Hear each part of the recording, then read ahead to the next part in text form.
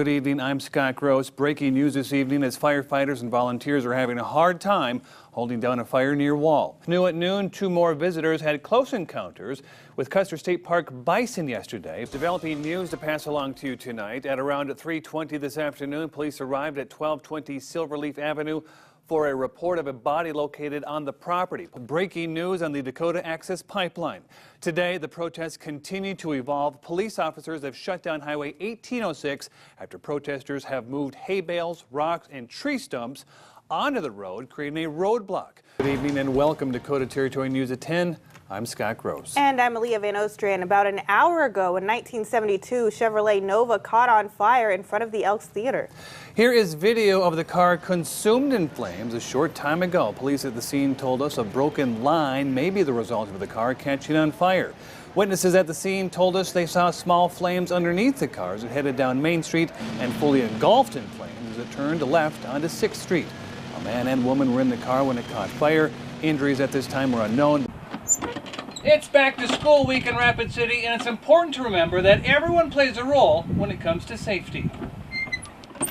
Social media removes a lot of the personal consequences. Mindy Cronin shares the same concerns many parents, including myself, have regarding the dangerous concoction of teens and social media. Technology is always changing. It's hard to keep up, so how can we protect our kids from the temptations of social media and the predators that may lurk behind the screens? Alan Cockerham, he's the manager of Carnival Americana. You're the manager of all the rides here at the Central States Fair. A couple of years ago, the only requirement was to have a liability insurance. Scott? Thanks, Helene. When you think of Sturgis, you think of motorcycles, but what drink do you think of? You got it right. Jack Daniels. I'm joined now by Jeff Barnett. Thank you, Helene. I'm down here at 6th and Lozelle in Sturgis with country singer Frankie Ballard. As you can see behind me now, they have it pretty well contained. You can see some of the workers down there, still a lot of smoke here.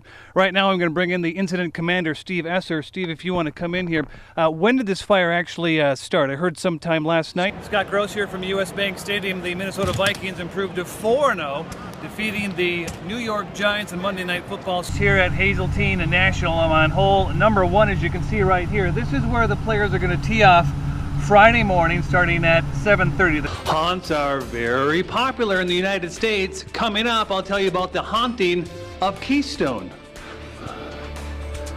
It's our Pennywise Wednesday segment, joined by Paula Vogelzang. You've got some very interesting and informative hacks. Yes. Welcome back. We've got some props today. I'm going to tell you what these snowshoes are all about just a little bit later, but first I'm going to introduce you to 2 people I'm very excited to talk to today.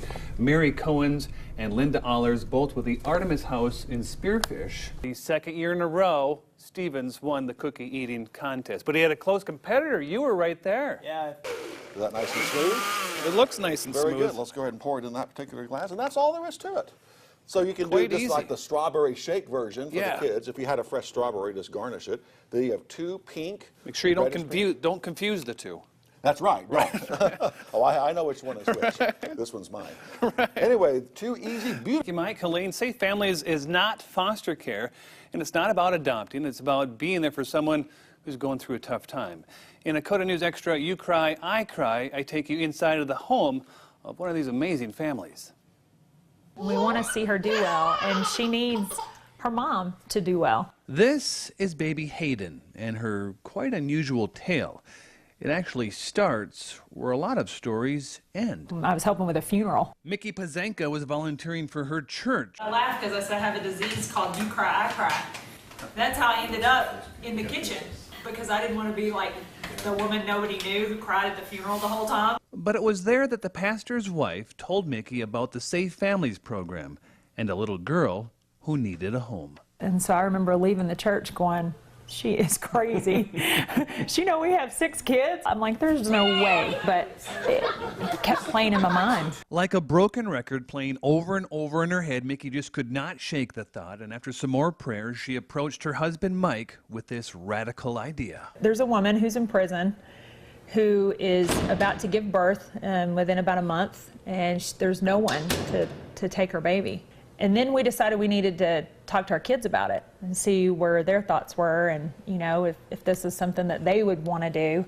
And I was extremely proud and moved because every one of them said, Mom, we have to help her. But even that wasn't enough to cement the decision until I get to church, and that's the weekend that Pastor David announced that we were starting a prison ministry.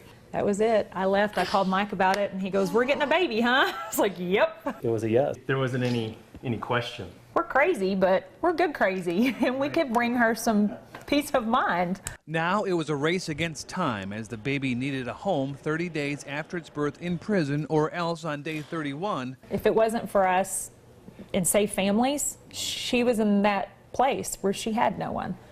There was no one else that would come and take her baby, so she would have lost her baby. And then one by one, miracles started to fall into place. I called Christy Nome's office, and they were amazing. Just little miracles like that through the whole process. I posted on Facebook that we were going to be part of this program called Safe Families, and that we were going to be taking in a newborn, and we need everything. Just packages started showing up at the front door. I mean, it was amazing. Everything and anything. And what was thought to be a short-term stay now has surpassed 15 months. So how do you not get attached? If you as a parent were in a crisis, and I mean you're in the worst crisis of your life that you can't care for your kids, you're worried about their safety or well-being, would you want somebody that wouldn't get attached? You're the exact person these parents or these kids need. They need somebody to be able to love them. The kids are going through a crisis too. Their parents aren't around right now.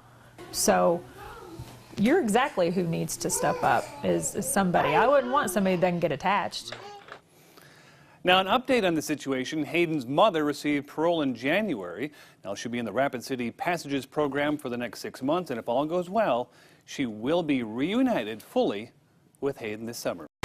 Get them deep and make them weep. James Carpenter has been casting his line in the creeks of the Black Hills since 1990.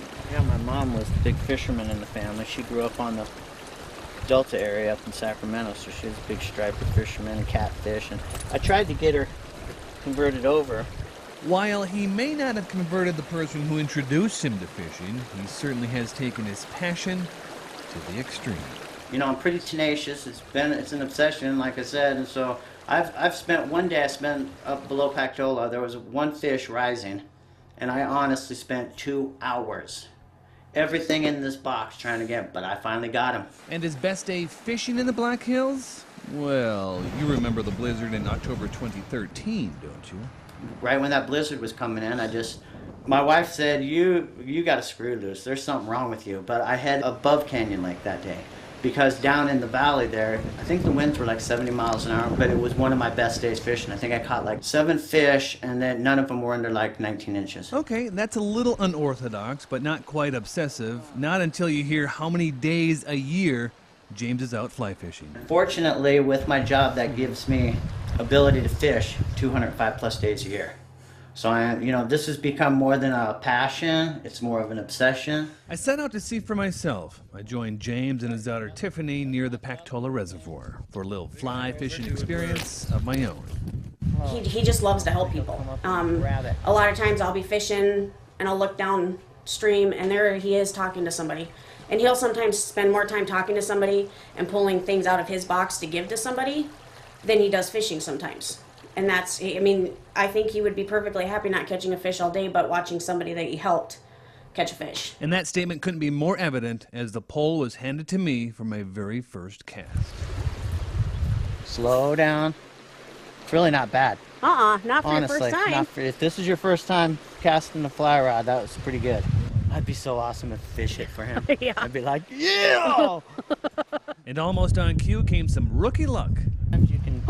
Oh, you just had a fish take it. Oh. You just had a fish hit that fly.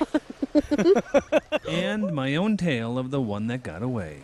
James Carpenter is the troutman, and he's hooked on fishing. Every fish to me is a trophy, big or small. I love them all. You can find him online, you can ask any questions you'd like, and you can even post your own catch of the day. Black Hills Gold right there.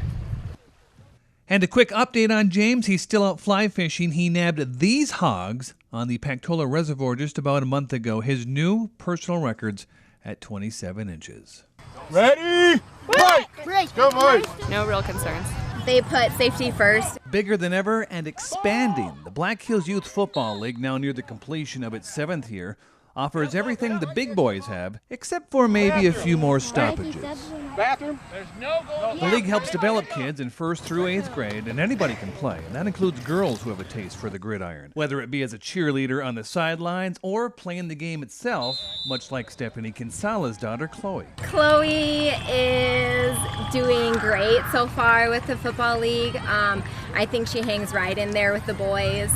She's physical, she's aggressive, she's smart. Safety is a priority in the league, and it's taken very seriously, starting way before the season kicks off with proper equipment fitting sessions and summer camps now put on with the help of the NFL's Heads Up program and local high school teams. Getting the proper training for the coaches on the right way to tackle, the right way to recognize if they do see a concussion, and what to do if you think that one of the players might have a concussion. There's protocol and training for the coaches to keep it as safe and safe as possible for the kids, because that's the most important thing, is to keep it safe for the kids. So for the most part, in this league, any safety concerns worried parents may have been kicked to the back of their minds. Well, I think any sport has a risk factor, and being active in general has a risk factor. And so I think just learning the sport, watching other players play well, your kid's going to be fine. So there's no reason to punt when it comes to safety in the Black Hills Youth Football League. No real concerns. Putting children first. Scott Gross, Coda Territory News.